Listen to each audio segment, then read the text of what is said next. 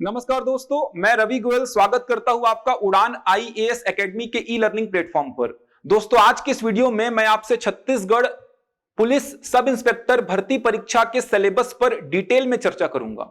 इसके अलावा विगत परीक्षा जो छत्तीसगढ़ में सब इंस्पेक्टर की हुई है, उसमें मैथ्स के, गणित के किस प्रकार के प्रश्न पूछे गए हैं उस पर भी चर्चा करूंगा। चलिए आगे बढ़ने से पहले आपके लिए एक महत्वपूर्ण जानकारी, हमारे द्वारा छत्तीसगढ़ सब इंस्पेक्टर भर्ती परीक्षा के लिए ऑनलाइन लाइव क्लास प्रारंभ की जा रही है, जो कि 13 अक्टूबर से प्रारंभ होगी। समय होगा सुबह 10:30 बजे से दोपहर 2 बजे तक। अधिक जानकारी के लिए आप दिए गए नंबर पे कांटेक्ट कर सकते हैं। चलिए स्टार्ट करते हैं। आज का जो टॉपिक है छत्तीसगढ़ पुलिस सब इंस्पेक्टर भर्ती परीक्षा। तो सबसे पहला जो चरण होगा वो होगा शारीरिक माप का मान, फिजिकल मेजरमेंट। तो सबसे पहले आपको गुजरना होगा फिजिकल मेजरमेंट से, शारीरिक माप के मान से। जो भी क्राइटेरिया आपको बोला गया है वो आपको फुलफिल करना होगा। उसके बाद आप आएंगे प्रारंभिक परीक्षा में। तो फिजिकल मेजरमेंट के बाद आप आएंगे प्रारंभिक परीक्षा में। प्रारंभिक परीक्षा में कुल 150 प्रश्न पूछे जाएंगे। प्रत्येक प्रश्न होगा 2 अंक का, मतलब ये जो प्रश्न पत्र होगा प्रारंभिक परीक्षा में, ये कुल 300 अंकों का प्रश्न पत्र होगा। 150 प्रश्न पूछे जाएंगे, 150 प्रश्न। अब इन 150 प्रश्न में किन किन विषयों से प्रश्न आने वाले हैं आपके सामने लिखा हुआ है। सबसे पहले भारतीय अर्थव्यवस्था, यहां से 15 प्रश्न पूछे जाएंगे। भारतीय संविधान, यहां से 15 प्रश्न पूछे जाएंगे। भारत का भूगोल 15 प्रश्न। विज्ञान कहने का मतलब भौतिकी, रसायन और जीव विज्ञान, यहां से पूछे जाएंगे 15 प्रश्न। भारत का इतिहास से पूछे जाएंगे 15 प्रश्न। कला, संस्कृति तथा पर्यावरण, यहां से पूछे जाएंगे 15 प्रश्न। इसके अलावा अगर मैं बात करता हूं तो आप देख पा रहे हैं करंट अफेयर से पूछे जाएंगे 10 प्रश्न, तर्क शक्ति से 10 प्रश्न, छत्तीसगढ़ 30 प्रश्न का वेटेज, अंक गणित 10 प्रश्न। तो यह हो गया 150 प्रश्नों का विवरण। आप देख पा रहे हैं मुख्य परीक्षा के लिए 20 गुना अभ्यर्थियों का चयन किया जाएगा। 20 गुना अभ्यर्थियों का चयन किया जाएगा मुख्य परीक्षा के लिए। तो प्रारंभिक परीक्षा पास करने के बाद आप आएंगे मुख्य परीक्षा में। चलिए आगे बढ़ते हैं, देखते हैं मुख्य परीक्षा। तो देखिए मुख्य परीक्षा का जो सिलेबस है इसको समझेंगे, जो स्ट्रक्चर है ये आपको समझना पड़ेगा। तो इसके लिए सबसे पहले मैं बात करता हूं अनुसूची 3 की। देखिए अनुसूची 3, तो देखिए जो पद है यहां पे लिखे गए हैं, जो पद निकाले गए हैं वो यहां पे क्रम से दर्शाए गए हैं। तो सबसे पहले क्या लिखा हुआ है? सूबेदार। उसके बाद उप निरीक्षक पुरुष एवं महिला, उप निरीक्षक विशेष शाखा, उप निरीक्षक रेडियो, उप निरीक्षक अंगुल चिन्ह, उप निरीक्षक प्रश्नाधीन दस्तावेज, प्लाटून कमांडर, उप निरीक्षक कंप्यूटर और उप निरीक्षक साइबर क्राइम। ये पद निकाले गए हैं। अब अगर मैं बात करता हूं कि अगर आप इन 3 पदों के लिए अप्लाई किए हैं, जिसमें कि सूबेदार, उप निरीक्षक पुरुष एवं महिला, उप निरीक्षक विशेष शाखा, इन 3 पदों के लिए अगर आपने अप्लाई किया है, आप अगर इन 3 पदों के लिए एलिजिबल हैं और आपने इन 3 पदों के लिए अप्लाई किया है, तो आपको मुख्य परीक्षा में 3 प्रश्न पत्र देने होंगे, जिसमें पहला होगा भाषा का, जहां पे 125 अंक होगा हिंदी का और 75 अंक होगा अंग्रेजी का। सामान्य अध्ययन का, जिसमें 200 अंक का प्रश्न पत्र होगा। एप्टीट्यूड टेस्ट या मैथ्स और रीजनिंग बोल सकते हैं, 200 अंक का होगा। ये 3 प्रश्न पत्र आपको देने होंगे मुख्य परीक्षा में, अगर आपने इन 3 पदों के लिए अप्लाई किया है। अगर आपने इन 3 पदों के साथ साथ उप निरीक्षक रेडियो, उप निरीक्षक अंगुल चिन्ह, उप निरीक्षक प्रश्नाधीन दस्तावेज, इन 3 पदों के लिए और भी अप्लाई किया है, तो आपको ध्यान रखना है कि इन 3 पेपर के साथ साथ आपको विज्ञान का प्रश्न पत्र भी देना होगा। 200 अंक का होगा, मतलब कुल आपको 4 प्रश्न पत्र देने होंगे। ये 3 तो कंपलसरी है, चाहे आपने किसी भी पद के लिए अप्लाई किया हो, ये 3 प्रश्न पत्र तो आपको देने ही होंगे। लेकिन मैं बात कर रहा हूं इन 3 और पदों की, जिसमें उप निरीक्षक रेडियो, उप निरीक्षक अंगुल चिन्ह और उप निरीक्षक प्रश्नाधीन दस्तावेज शामिल हैं। तो आपको विज्ञान का प्रश्न पत्र भी देना होगा। अगर आपने इन 3 पदों के लिए अप्लाई किया है, प्लाटून कमांडर, उप निरीक्षक कंप्यूटर, उप निरीक्षक साइबर क्राइम, तो आपको एक और प्रश्न पत्र देना होगा इन 3 के साथ। कौन सा? कंप्यूटर ज्ञान। तो ये 3 तो कंपलसरी हैं, उसके साथ कंप्यूटर ज्ञान आपको देना पड़ेगा अगर आपने इन 3 पदों के लिए अप्लाई किया है, प्लाटून कमांडर, उप निरीक्षक कंप्यूटर और उप निरीक्षक साइबर क्राइम। तो आपको समझना पड़ेगा मुख्य परीक्षा के स्ट्रक्चर को। वापस से एक बार बता रहा हूं, अगर आपने शुरू के 3 पदों के लिए अप्लाई किया है तो आपको शुरू के 3 पेपर ही देने पड़ेंगे, जिसमें भाषा, सामान्य अध्ययन और एप्टीट्यूड टेस्ट शामिल है।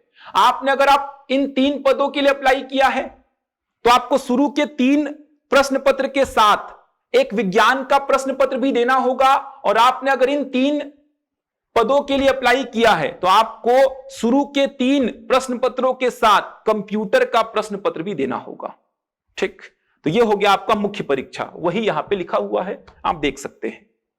तो आपको अनुसूची 3 थोड़ा पढ़ना पड़ेगा, तब जाके आपको समझ में आएगा कि कौन से प्रश्न पत्र आपको मुख्य परीक्षा में देने हैं। ठीक, तो अधिकतर जो बच्चे अप्लाई कर रहे हैं वो शुरू के 3 पदों के लिए अप्लाई कर रहे हैं, जिसमें सूबेदार, उप निरीक्षक पुरुष एवं महिला, उप निरीक्षक विशेष शाखा, ये शामिल हैं। तो मैक्सिमम जो अभ्यर्थी हैं उनको ये 3 प्रश्न पत्र ही देने हैं, भाषा ज्ञान, सामान्य अध्ययन और एप्टीट्यूड टेस्ट। ठीक, इनके लिए एलिजिबिलिटी क्राइटेरिया भी मांगा है, वो आप देख सकते हैं, राजपत्र में सारा कुछ दर्शाया गया है। तो आप अगर एलिजिबल हैं इन दोनों के लिए भी, मतलब अगर मैं बात करूं आप एलिजिबल हैं इन पदों के लिए भी, जिसमें कि उप निरीक्षक रेडियो, उप निरीक्षक अंगुल चिन्ह, उप निरीक्षक प्रश्नाधीन दस्तावेज, प्लाटून कमांडर, उप निरीक्षक कंप्यूटर और उप निरीक्षक साइबर क्राइम, ये पद शामिल हैं। अगर आप इनके लिए भी एलिजिबल हैं तो आप इन पदों पर भी अप्लाई कर सकते हैं। ठीक, तो आशा करता हूं आपको मुख्य परीक्षा का सिलेबस समझ में आया होगा, क्या स्ट्रक्चर है। यहां पे देखिए लिखा हुआ है, ये जो शैक्षणिक अर्हता है यहां पे लिखा हुआ है। अगर आप इन 3 पदों के लिए देखेंगे तो केवल लिखा हुआ है किसी मान्यता प्राप्त विश्वविद्यालय से स्नातक उपाधि या उसके समकक्ष, तीनों के लिए सेम है, जो कि लगभग सभी अभ्यर्थियों के पास होता है। लेकिन इन पदों के लिए यहां पे जो लिखा गया है वो आप देख लीजिए, आप अगर एलिजिबल हैं तो आप अप्लाई कर सकते हैं। ठीक, कौन सा आपको प्रश्न पत्र देना होगा मुख्य परीक्षा में वो मैं आपको समझा चुका हूं। इसके बाद आएगा, मुख्य परीक्षा के बाद आएगा शारीरिक दक्षता। ठीक, तो मुख्य परीक्षा में 5 गुना अभ्यर्थियों का, मुख्य परीक्षा के बाद 5 गुना अभ्यर्थियों का चयन किया जाएगा शारीरिक दक्षता के लिए। अब यहां पे जो इंपॉर्टेंट बात है वो ये है कि शारीरिक दक्षता की परीक्षा सबसे पहले तो 300 अंक की होगी, जिसमें गोला फेंक, 1500 मीटर दौड़, 100 मीटर दौड़, ऊंची कूद और लंबी कूद, प्रत्येक प्रतिस्पर्धा जो होगी वो 60 अंक की होगी। मतलब कुल 300 अंक का होगा शारीरिक दक्षता। इसके लिए थोड़ा आपको समझना पड़ेगा। देखिए यहां पे क्या लिखा हुआ है, प्रत्येक प्रतिस्पर्धाओं के लिए दिए जाने वाले अंकों का विस्तृत विवरण अनुसूची 5 में विनिर्दिष्ट किए गए हैं। अभी देखेंगे क्या है अनुसूची 5। किंतु उप निरीक्षक कंप्यूटर, उप निरीक्षक साइबर क्राइम के पद हेतु उपरोक्त प्रतिस्पर्धाएं केवल क्वालिफाइंग स्वरूप का होगा एवं इनके लिए कोई अंक नहीं दिए जाएंगे। ठीक, इसका मतलब क्या हुआ, अगर आपने इन दोनों पदों के लिए अप्लाई किया है, समझेंगे बहुत इंपॉर्टेंट बात, अगर आपने इन दोनों पदों के लिए अप्लाई किया है जिसमें उप निरीक्षक कंप्यूटर और उप निरीक्षक साइबर क्राइम शामिल है, तो आपको केवल शारीरिक दक्षता को क्वालिफाई करना है, केवल क्वालिफाई। इसके अंक मेरिट लिस्ट में नहीं जुड़ेंगे। लेकिन आपने बचे हुए पदों के लिए अगर आपने अप्लाई किया है तो इसके जो अंक हैं, शारीरिक दक्षता के जो अंक हैं, वे मेरिट लिस्ट में ऐड होंगे। अब देखिए क्वालिफाई करने के लिए कितना लिखा हुआ है, तो आप देख सकते हैं केवल उन्हीं अभ्यर्थियों का साक्षात्कार होगा जो शारीरिक दक्षता परीक्षा में कम से कम कुल 30% अंक अर्जित किए हों। अर्थात इस शारीरिक दक्षता परीक्षा में 30% से कम अंक प्राप्त करने वाले अभ्यर्थियों को इसी स्तर पर अनुत्तीर्ण घोषित कर दिया जाएगा और उनका साक्षात्कार नहीं लिया जाएगा। कहने का मतलब यह हुआ कि अगर आप देखेंगे तो कुल 300 अंक हैं, 300 अंक का 30% कितना हो गया भाई? तो यह हो गया 90 अंक। मतलब मिनिमम आपको 90 अंक लेकर आने हैं। अगर आपने उप निरीक्षक कंप्यूटर और उप निरीक्षक साइबर क्राइम के लिए अप्लाई किया है तो आपको केवल क्वालिफाई करना है। मतलब 90 से ऊपर आप जितना भी लेके आओ, आपके नंबर ऐड नहीं होंगे मेरिट लिस्ट में। लेकिन बाकी पदों के लिए आपने अप्लाई किया है तो आप जितना अधिकतम नंबर ला सकते हैं उतना आपको बेनिफिट मिलने वाला है, क्योंकि मेरिट लिस्ट जो बनेगा उसमें आपका 600 नंबर का मुख्य परीक्षा, 300 नंबर का शारीरिक दक्षता परीक्षा और 100 नंबर का होगा इंटरव्यू। ये तीनों को मिला के बनेगा। तो आप जितना ज्यादा स्कोर करेंगे शारीरिक दक्षता परीक्षा में उतना आपको बेनिफिट मिलने वाला है। केवल 2 पदों के लिए ये जो शारीरिक दक्षता परीक्षा है वो केवल क्वालिफाइंग है। एक है कंप्यूटर वाला और एक है साइबर क्राइम वाला। अगर आप 90 से कम अंक प्राप्त करते हैं टोटल अगर आप 90 से कम अंक प्राप्त करते हैं शारीरिक दक्षता परीक्षा में टोटल 300 में, तो आप बाहर हो जाएंगे। आपको इंटरव्यू के लिए कॉल ही नहीं आएगा। अगर आप मिनिमम 90 नंबर लाते हैं तो आपको इंटरव्यू के लिए कॉल आएगा ही। अगर आपने मुख्य परीक्षा निकाला है और आप शारीरिक दक्षता परीक्षा में मिनिमम 90 अंक लेकर आते हैं तो आपको इंटरव्यू का कॉल जरूर आएगा। ठीक, चलिए थोड़ा सा अनुसूची 5 को समझिए। तो अनुसूची 5 क्या है देखिए। तो आप देख पा रहे हैं 5 प्रतिस्पर्धाएं लिखी हुई हैं। प्रत्येक प्रतिस्पर्धा जो है वो 60 अंक की होगी।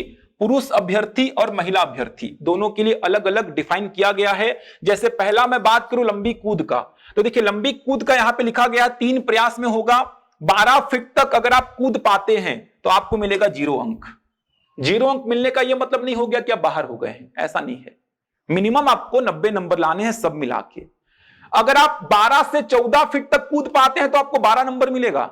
अगर आप 14 से 16 फीट तक कूद पाते हैं तो आपको 24 नंबर मिलेगा। अगर आप 16 से 17 फीट तक कूद पाते हैं तो आपको 36 मिलेगा।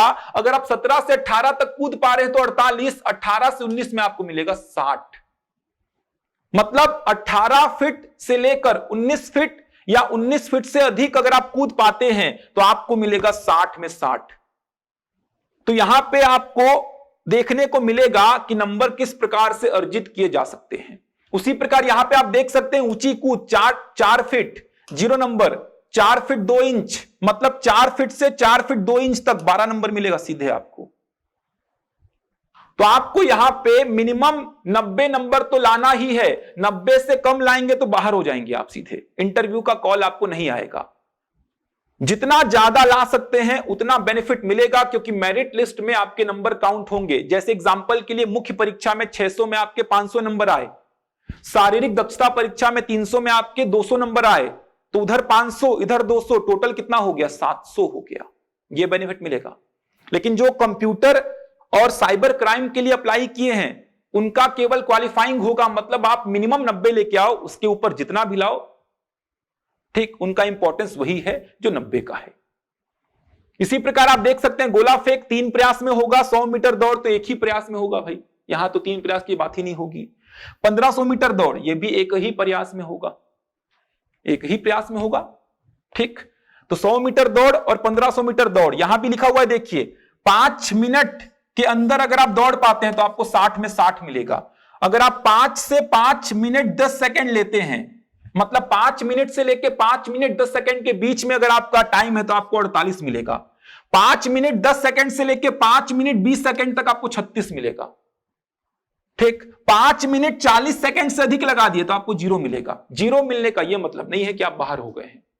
आपको टोटल लाने हैं 90 नंबर। वो 90 नंबर आप कैसे भी लाओ। जैसे एग्जांपल के लिए बोलूं मैं कि मान लीजिए आप यहां पे 0 लेके आए हैं, यहां पे 0 लेके आए हैं, 100 मीटर दौड़ में आप 60 नंबर ले आए, एग्जाम्पल के लिए 100 मीटर दौड़ में आप 60 नंबर ले आए और 1500 मीटर दौड़ में आपके नंबर कितने हैं 36, तो 60 और 36 कितने हो गए 96 हो गए। मतलब शारीरिक दक्षता परीक्षा में आप क्वालिफाई हो चुके हैं, लेकिन नंबर बहुत कम है तो मेरिट लिस्ट बनेगा तो आप बहुत पीछे हो जाएंगे। जो कंप्यूटर और साइबर क्राइम के लिए भरे हैं उनके लिए ठीक है, क्योंकि उनके नंबर ऐड ही नहीं होंगे मेरिट लिस्ट में। लेकिन बाकी पदों के लिए अगर आप अप्लाई किए तो बहुत दिक्कत हो जाएगा, क्योंकि यहां पे आपके नंबर बहुत कम हो चुके हैं। तो आशा करता हूं आपको समझ में आ गया होगा शारीरिक दक्षता परीक्षा किस प्रकार की होगी। उसके बाद होगा इंटरव्यू 100 अंक का, मतलब कुल 1000 अंकों में बनेगा मेरिट लिस्ट। ठीक, 2 पदों को छोड़ दीजिए बाकी पदों के लिए। यह था कंप्लीट सिलेबस। यहां पे बोनस की बात भी है, 10 नंबर बोनस मिलेगा, ऐसा भी आपने देखा होगा राजपत्र में लिखा हुआ है। जो नेशनल और इंटरनेशनल लेवल पे खेलकूद में आगे हैं उनको मिलेगा 10 नंबर बोनस। तो यह था कंप्लीट स्ट्रक्चर सब इंस्पेक्टर भर्ती परीक्षा का। ठीक, अब आते हैं जो एग्जाम हुए हैं, एसआई का एग्जाम जो हुआ है उसमें गणित के प्रश्न किस प्रकार के पूछे गए हैं। तो आपने देखा प्रारंभिक परीक्षा में 10 प्रश्न पूछे जाएंगे गणित के, और रीजनिंग के 10 प्रश्न पूछे जाएंगे, तो बहुत आसान लेवल के पूछे जाते हैं। आप आराम से यहां पे 20 नंबर ला सकते हैं, आराम से 20 मैथ्स में और 20 रीजनिंग में, 40 नंबर आसानी से आप ला सकते हैं। जबकि आपने मुख्य परीक्षा में देखा गणित का एक पेपर तो कंपलसरी है, चाहे आपने किसी भी पद के लिए अप्लाई किया हो, 200 अंकों का।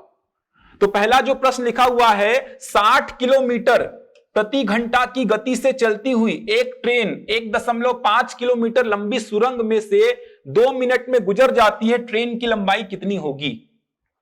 तो ऐसा कुछ दिया हुआ है, ये रेलगाड़ी का प्रश्न है। मान लीजिए ये कोई सुरंग है, इस सुरंग की लंबाई दिया हुआ है कितना 1.5 किलोमीटर। ये देखिए 1.5 किलोमीटर, मतलब मैं लिख सकता हूं सुरंग की लंबाई कितना है 1500 मीटर।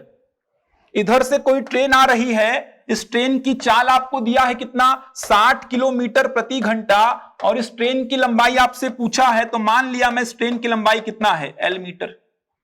ये ट्रेन जो है इस सुरंग को पार करने में कितना समय लेती है 2 मिनट। तो 2 मिनट को मैं सेकंड में कन्वर्ट करूंगा तो 120 सेकंड आएगा।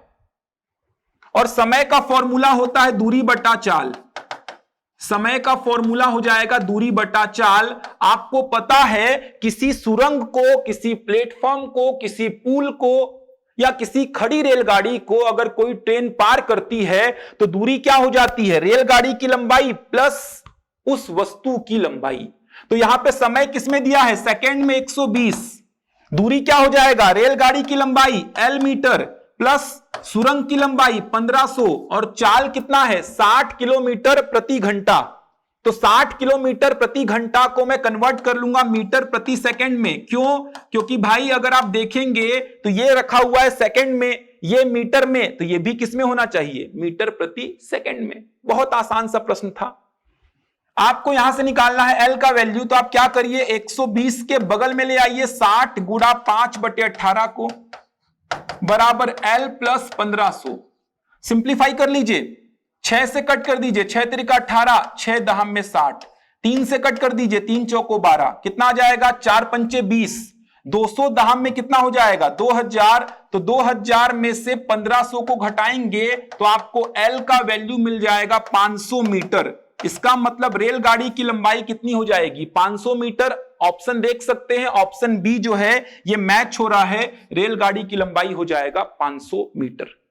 तो इससे संबंधित एक वीडियो मैंने YouTube में अपलोड भी किया है, वो आप देख सकते हैं रेलगाड़ी वाला। यहां से प्रश्न पूछा ही जाएगा कंफर्म एकदम, रेलगाड़ी से एक प्रश्न बनता ही है। आपको केवल समझना है किसी व्यक्ति को, खंभे को या पेड़ को पार करेगी तो दूरी क्या हो जाएगी रेलगाड़ी की लंबाई, लेकिन किसी वस्तु को पार करेगी जिसकी लंबाई ऑलरेडी आपको दिया हुआ है, जैसे प्लेटफॉर्म हो गया, सुरंग हो गया, पुल हो गया, खड़ी रेलगाड़ी। तो यहां पे दूरी क्या हो जाएगी रेलगाड़ी की लंबाई प्लस उस वस्तु की लंबाई, उस ऑब्जेक्ट की लंबाई। अब समय को अगर मैं यहां पे रख रहा हूं सेकंड में, तो दूरी को यहां पे रखूंगा मीटर में और चाल को किस में रखूंगा मीटर पर सेकंड में। वही काम मैंने किया है। तो समय को सेकंड में कन्वर्ट कर लिया, दूरी क्या हो जाएगी, रेलगाड़ी की लंबाई प्लस वस्तु की लंबाई 1500 मीटर, चाल आपको दिया हुआ था 60, मैंने इसको मीटर पर सेकंड में कन्वर्ट कर लिया है। तो आप डिटेल में देखना चाहते हैं तो आप उस वीडियो को देख सकते हैं, उसमें मैंने समझाया है कि दूरी रेलगाड़ी की लंबाई प्लस उस वस्तु की लंबाई क्यों होती है, डिटेल में मैंने चर्चा की है वहां पे। यहां पे केवल मैं आपको समझा रहा हूं किस प्रकार के प्रश्न पूछे गए हैं। यहां देखिए अगला प्रश्न क्या पूछा गया है, यदि कुछ राशि अ, ब और स के बीच क्रमशः 2:3:7 के अनुपात में वितरित की जाती है, मतलब ए बी सी को 2:3:4 के अनुपात में राशि बांट रहे हैं, तो यहां से मान लीजिए ए को मिला 2 के, बी को 3 के और सी को कितना मिला 7 के। जब कभी भी अनुपात का प्रश्न आता है तो आप क्या करते हैं, मान लेते हैं कि ए को इतना मिला, बी को इतना मिला, सी को इतना मिला। अगर अ और ब का कुल हिस्सा मतलब ए और बी का कुल हिस्सा मिलकर स के हिस्से से रुपए 1500 कम है, मतलब सी से कितना कम है, 1500 कम है, यही बोला है। ए और बी का जो टोटल हिस्सा है वो सी के हिस्से से 1500 कम है, तो ए का वैल्यू कितना हो जाएगा 2 के, बी का हो जाएगा 3 के, सी का 7 के माइनस 1500, तो यहां से आ जाएगा 5 के बराबर 7 के माइनस 1500। तो यहां से आप बता सकते हैं 2 के बराबर 1500, तो के का वैल्यू आ जाएगा 750। अनुपात के प्रश्न में आपको 2 स्टेटमेंट दिए होते हैं, एक से आप के मानते हैं, दूसरे से के निकालते हैं, वही बात कर रहा हूं। पहले स्टेटमेंट से के मान लिया और दूसरे वाले से के का वैल्यू को फाइंड कर रहा हूं, तो के का वैल्यू कितना आया 750। पूछा है अ का हिस्सा क्या होगा, मतलब ए का हिस्सा 2 गुणा 750, तो ए का हिस्सा कितना हो जाएगा 1500 रुपए, ऑप्शन नंबर बी। तो प्रश्न बहुत बेसिक लेवल के पूछे गए थे। एक अंक और उसके सप्तांश के बीच का अंतर 42 है। इंग्लिश में देखेंगे तो आपको क्लियर हो जाएगा, the difference between a number and it's 7th part is 42। मान लो वो नंबर क्या है x है, तो नंबर और उसके सप्तांश मतलब उसका 7th पार्ट मतलब क्या हो जाएगा x/7, दोनों का अंतर कितना है 42 है, ये बोला है। तो संख्या को क्या मान लिया x मान लिया, तो संख्या और उसके सप्तांश के बीच का अंतर 42 है, तो यहां से क्या आ जाएगा 6x/7 बराबर 42। तो यहां से x का वैल्यू क्या आ जाएगा 42 गुणा 7/6, 7 सते कितना हो जाएगा 49। कितना आसान है देखिए, आराम से 20 नंबर स्कोर कर सकते हैं, ऑप्शन सी हो जाएगा। अगला क्वेश्चन देखिए, एक व्यक्ति 50 किलोमीटर की दूरी 8 घंटे में पूरा करता है। मान लो ये है 50 किलोमीटर की दूरी, 50 किलोमीटर की दूरी, इसको 8 घंटे में समय दिया है, टोटल समय 8 घंटे में तय करता है। इसमें से कुछ हिस्सा 4 किलोमीटर प्रति घंटा की चाल से पैदल, मान लो ये दूरी जो है ये पैदल चलकर पूरी करता है 4 किलोमीटर प्रति घंटा की चाल से, और कुछ हिस्सा साइकिल पर, और मान लो कुछ हिस्सा जो है ये साइकिल पर 10 किलोमीटर प्रति घंटा की चाल से तय करता है। मान लो पैदल कितना तय किया x, तो साइकिल पे कितना तय करेगा 50 माइनस x। सिंपल सी बात है। जब भी आपको कुल समय दिया होगा समय को ब्रेक कर देंगे। समय को ब्रेक कैसे करेंगे, तो पैदल चलने में लगा समय प्लस साइकिल में चलने में लगा समय, और समय होता है दूरी बटा चाल, तो दूरी बटा चाल, ये देखिए पैदल चलने में कितना समय लगेगा x/4, और साइकिल में चलने में कितना समय लगेगा 50 माइनस x/10 बराबर कुल समय कितना 8।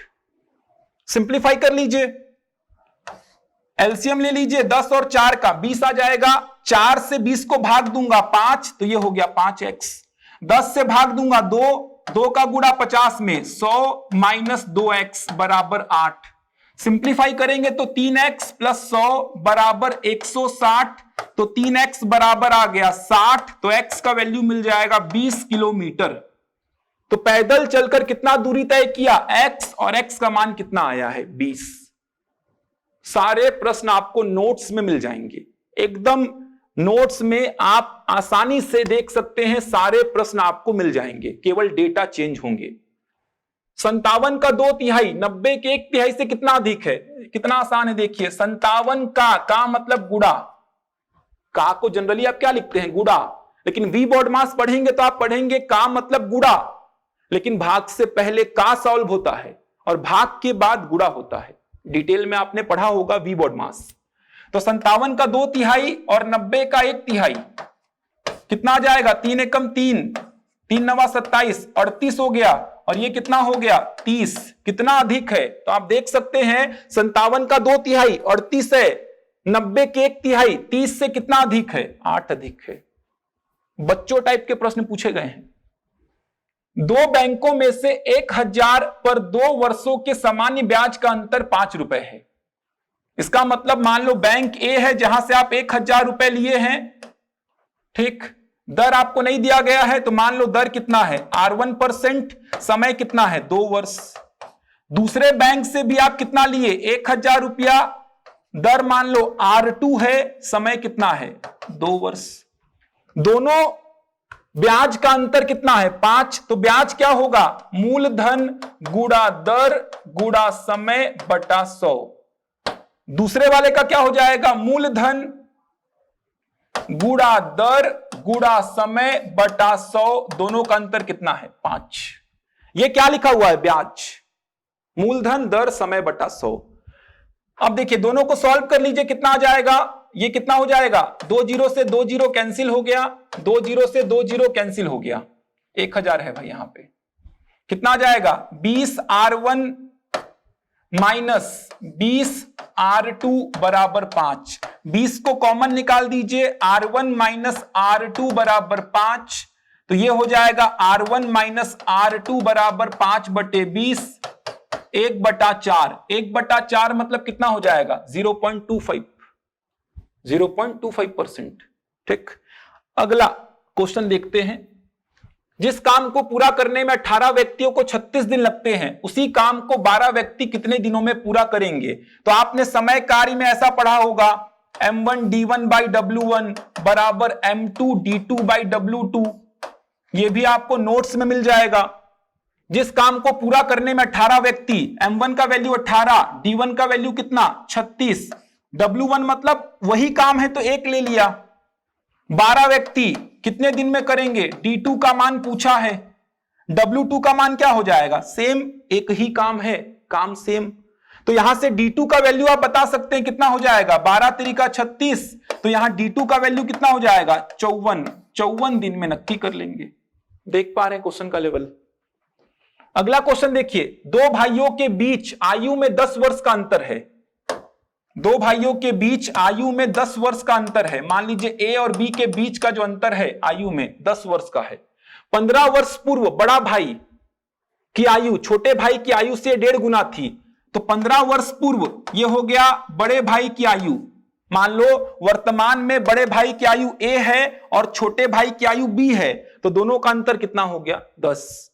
15 वर्ष पूर्व बड़े भाई की आयु छोटे भाई की आयु की 1.5 गुना, तो 15 साल पहले छोटा भाई कितना होगा b माइनस 15, इसका 1.5 गुना मतलब 3/2 लिख दो।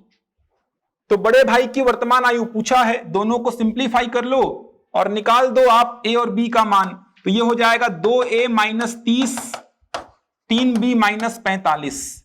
सिंप्लीफाई करोगे तो यहां से मिलेगा 2a माइनस 3b बराबर कितना हो जाएगा माइनस का 15। समीकरण नंबर 1, समीकरण नंबर 2, दोनों को सिंप्लीफाई करो और आप आंसर निकाल लो ए और बी का मान क्या आ रहा है।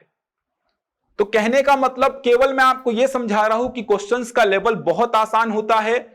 अगले वीडियो में मैं आऊंगा जिसमें जीएस के क्वेश्चंस लेके आऊंगा, आपको समझाऊंगा कि जीएस का लेवल भी बहुत आसान है। यदि 2 सेब, मान लो 2 सेब, 3 संतरे तथा 1 अमरूद का मूल्य कितना है 62, यही मतलब हुआ। सेब को ए बोल रहा हूं, संतरे को बी और अमरूद को सी। तो 2 सेब, 3 संतरे और 1 अमरूद का मूल्य 62 रुपए है, जबकि 5 सेब, 6 संतरे और 4 अमरूद का मूल्य है 120 रुपया। तो पूछा क्या है, 3 सेब, 3 संतरा और 3 अमरूद का मूल्य क्या होगा। 3a plus 3b plus 3c पूछा है। आपको केवल यह समझना है कि 2 इक्वेशन आपको दिया गया है और 3 अननोन है, तो यहां पे कुछ ना कुछ तो लगाया है वो अप्रोच जिससे सीधे आपको क्या मिल जाएगा 3a + 3b + 3c, क्योंकि दो इक्वेशन से 3 अननोन फाइंड नहीं कर सकते आप, तो कोई ना कोई तो अप्रोच यहां लगा है। ये डेटा चाहिए।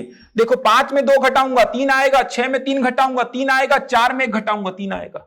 मतलब समीकरण 2 बोलता हूं इसको और समीकरण 1 बोलता हूं इसको, तो समीकरण 2 में से क्या करिए, समीकरण 1 को घटा दीजिए, तो 5 में 2 जाएगा 3a, 6 में 3 जाएगा 3b, 4 में 1 जाएगा 3c, 120 में से 62 को घटा दीजिए, यही होगा आपका आंसर 58, ऑप्शन नंबर सी।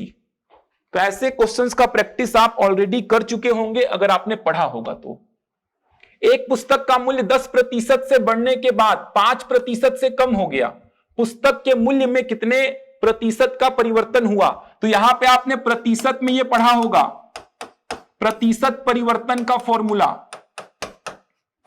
तो ये होता है पहला प्रतिशत प्लस दूसरा प्रतिशत प्लस पहला प्रतिशत इंटू दूसरा प्रतिशत बटा 100। यह फॉर्मूला बहुत काम आता है। ये अगर आप पढ़े होंगे प्रतिशत और लाभ हानि, वहां पे आपने समझा होगा, बहुत काम का फॉर्मूला है ये। तो पहला प्रतिशत क्या हो जाएगा, वृद्धि को हमेशा प्लस लेंगे तो पहला प्रतिशत 10, कमी को हमेशा माइनस, तो दूसरा हो जाएगा -5। पहला हो गया 10, दूसरा हो गया -5 बटा 100। तो ये 10 में 5 जाएगा तो 5 बचेगा, ये कितना हो जाएगा 0.5, लेकिन माइनस का, तो आंसर क्या आ जाएगा प्लस का 4.5। प्लस क्या शो कर रहा है, वृद्धि को शो कर रहा है। या प्रारंभिक मान को 100 मान के बना लो, वहां से भी बन जाएगा। प्रारंभिक मान को 100 मानोगे तो नया मान क्या आ जाएगा, 100 का 110% और इसका 95%। ये हो गया नया मान, ये हो गया प्रारंभिक मान। आपने पढ़ा होगा, अगर थोड़ा भी क्लास अटेंड किया होगा तो ये सारे प्रश्न आपसे आसानी से बन जाएंगे। चलिए, ये प्रश्न आपके लिए होमवर्क है। मान लीजिए आप अगर वीडियो देख रहे हैं तो कोशिश करके आप इसका आंसर कमेंट में बताएंगे। एक व्यक्ति के पास 1 रुपए, 2 रुपए, 5 रुपए एवं 10 रुपए के नोट हैं, इनमें कितनी संख्या में विभिन्न धनराशि बनाई जा सकती है? थोड़ा सोच के, अच्छा क्वेश्चन है, इसको कमेंट करेंगे आप। तो केवल मेरा उद्देश्य यह था गणित के प्रश्नों को लेने का, ताकि आप समझे लेवल क्या है।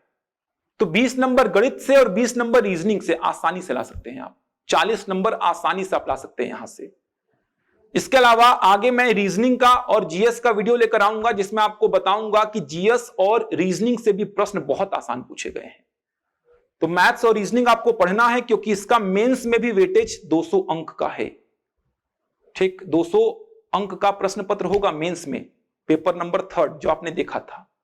तो आशा करता हूं आपको वीडियो पसंद आया होगा, आपको सिलेबस स्ट्रक्चर थोड़ा समझ में आया होगा, क्योंकि बहुत सारे बच्चों का डाउट था शारीरिक दक्षता में कितने नंबर लाने हैं, इस पोस्ट के लिए क्या करना है, इस पोस्ट के लिए क्या करना है। तो मैंने काफी कुछ क्लियर करने की कोशिश की है। इसके अलावा आने वाले समय में कुछ और वीडियोस में लेकर आऊंगा। आप अगर एसआई का ऑनलाइन लाइव क्लास का बैच ज्वाइन करना चाहते हैं तो हमारे यहां 13 अक्टूबर से प्रारंभ हो रहा है। आप कांटेक्ट कर सकते हैं दिए गए नंबर्स पे। 13 अक्टूबर से प्रारंभ होगा, सुबह 10:30 बजे से 2 बजे तक। इसमें जो विषय प्रारंभिक क्लास में लिए जाएंगे वो है छत्तीसगढ़, गणित, इतिहास तथा भाषा।